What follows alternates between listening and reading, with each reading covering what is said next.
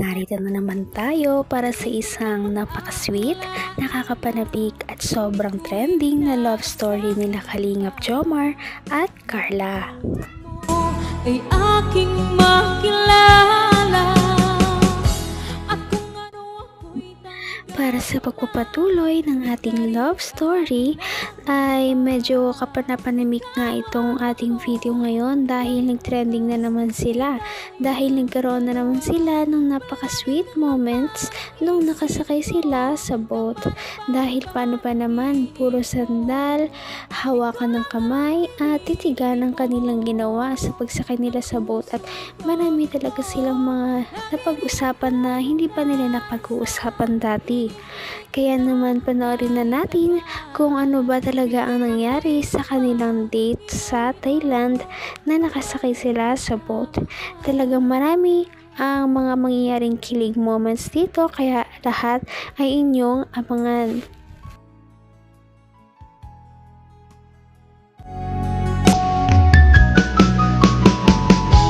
ang nais ko lang. Pero okay lang po ngayon. Ba't ka malungkot ang nakaraan? Siyempre po, hindi tayo magkasama. Sorry na. Magkaiwalay tayo ng ano. Sorry na kasi... Ba't ikot na tayo? Nahilo ako. Saan ba tayo pupunta? Nagsasaguan ka man din po. Ikaw naman natuloy. Pero yun nga. Sorry na at nasa ibang sasakyan na ako. Yun kasi sasakyan na yun is sponsor din ng Jomcar. Namang alam ko naman na kasama ka sa mga angels. Ako, kaya din muna yun ko. Pero okay na rin yun kasi actually nagpamiss din talaga ako Namiss mo ako, no? Hindi po. Bakit hindi? Nagtatampo ka nga Mamunggo tayo! Wait lang po. Pasan kasi tayo? Ikaw, hindi nagkakasundo yung sagwan natin parehas. Magkaibayat na tayo yung sagwan. Ganito na lang. Para tayo ganito. Po, pati yung sagwan. Pati sagwan, hindi nagkakasundo. Nagtatampo rin. Paano ba ito alisin? Sorry. Sorry. Punta tayo sa gitna. Sayang naman yung bayad natin 200. Tsaka para... Tara po. Tingnan mo, andito pa rin. Kung ano ako'y tanggap mo na, hindi ka rin nag-alala. Bumabawi talaga ang dalawang ito ngayon dahil noong nakaraan ay mahinid na naman sila na pagkasunduan dahil hindi sila nagkasabay noong bumiyahe sila dahil later na dumating si Kalingap Jomar, kaya naman nagtampo si Ate Carla dahil doon. Sorry. Sorry. Punta tayo sa gitna. Sayang naman yung bayad natin 200. Tsaka para... Tara po. Tingnan mo, andito pa rin tayo Papunta po tayo doon. Punta tayo ito sa gitna. Pinuna pa tayo. Di nagkakasundot talaga. Sige. Ay! Ay, mapapagalit tayo! Sorry po. Sensya na po. Ano bang gagawin mo mamayang gabi? Matutulog po. Char. Tutulog lang? Grabe, ang sarap ng buhay mo. Hindi po. Alam mo, Gong? Habang tumatagal, paganda ka ng paganda. Nakakainis ka na, Hindi po. Parang hulog na ako sa'yo. Siguro, Carla, kailangan ko ng magpapogi para naman pumantay na ako sa level ng ganda mo. Patagal, paganda ng paganda. Alam na, nasisinagan ka ng araw. Dala lang po yun ng liwanag. Basta naman gumanda nung nasisinagan ka ng araw.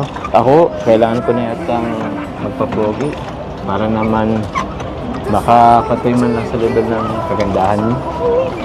Naman ang bawat panaginip ko, ikaw lang ang Hindi naman na kailangan naman pang magpapogi si Kalingap Jomar dahil para kay Ate Carla, siya pa rin naman ang pinakaglaki na kanyang nakilala dahil parang nagiging totoo na nga ang kanilang love team. Kaya ito na nga ang mga susunod na nangyari at mga revelasyon. Sabi ng karamihan sa akin, hindi ako pogi. Sino bumubulong sa'yo na hindi ako pogi? Ano po ay, may narinig po ako dun sa meet and greet. Sa meet and greet? Joke lang po. Nadisappoint ba lang sila po. nung nakita nila ako personal? Sino ba yun? Kaya pala, nabawasan yung subscribers ko ah. Ano, kapag tingin ko ng after meet and greet, akala ko madadagdagan. Yun, bumawas. Napangitan ata sa akin. Pawid din palang gawa natin, ano? Kaya nga po. Ikaw naman na po magsagwan po. Ako na muna? Sige. Baka pagod ka na eh.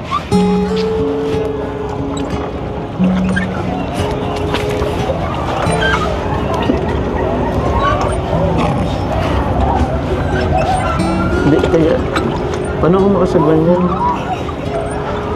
Komportable ka ba dyan? Sige po, itigil mo na muna po yan pagsagwan po. Itigil ko na pagsagwan? Okay. Diyan ka nag-i-enjoy.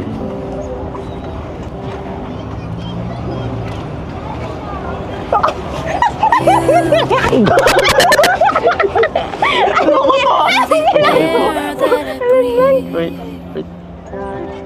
Lakas ah! Ba't po inamin mo yung ulo ko? Hanggang wakas ay tayo ng dalawa. Palagi kang Kitang-kita naman na sobrang kinilig si Kalingap Jomar sa moves ni Ate Carla. Hindi talaga niya naitago ang kanyang pagngiti. At syempre, mahilig naman kasing manghalik o umamoy si Kalingap Jomar sa buhok ni Ate Carla. Kaya nagulat na naman si Ate Carla dahil dito. Ngunit syempre, ito naman ang ginagawa sa taong gusto mo lamang. Sandal ka sa akin. Sandal ka na lang ulit. O, di ko na amoyin. Sige na, sandal ka na ulit. Sorry hindi ko napigilan. Medyo namiss ko na rin kasi yung ano eh, yung aroma mo.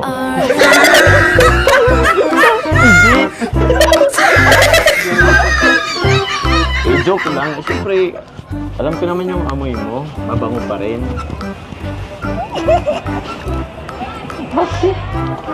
Kayo nga po eh. Bakit? May usok po. Nagsamit kasi tayo kanina. Teka lang, Carla. Papansin ko lang. Ba't andito pa tayo? Hindi mo lang tayo gumit. Kanina pa tayo magkausap. Gilid pa rin tayo. Ikaw. Ano po ba ito? Ha? Okay lang po yan. Importante po. Magkasama tayo.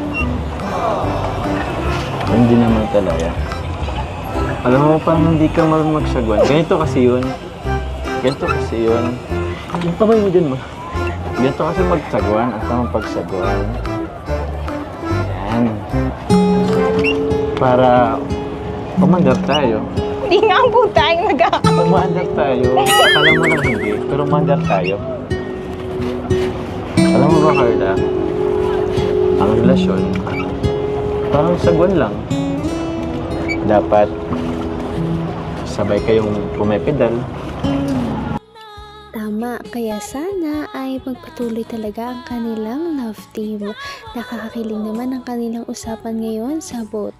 At paniguradong hindi nila ito makakalimutan kahit na umuwi na sila ng Pilipinas sa susunod.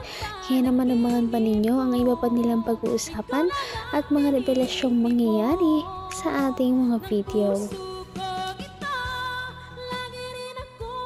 Patindi na ng patindi ang mga pangyayari sa kanilang love story. Kaya naman sobrang dami talaga ang kinikilig sa kanilang love story at palaging nag-aabang. Kaya naman sana ay magkatuluyan din ang dalawang ito, si Ate Carla at Kalingap Jomar.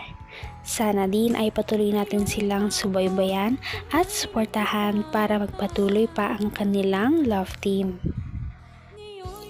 Paniguradong hindi lamang ito ang ating aabangan dahil marami pang mga susunod na kilig moments na mangyayari sa kanilang dalawa.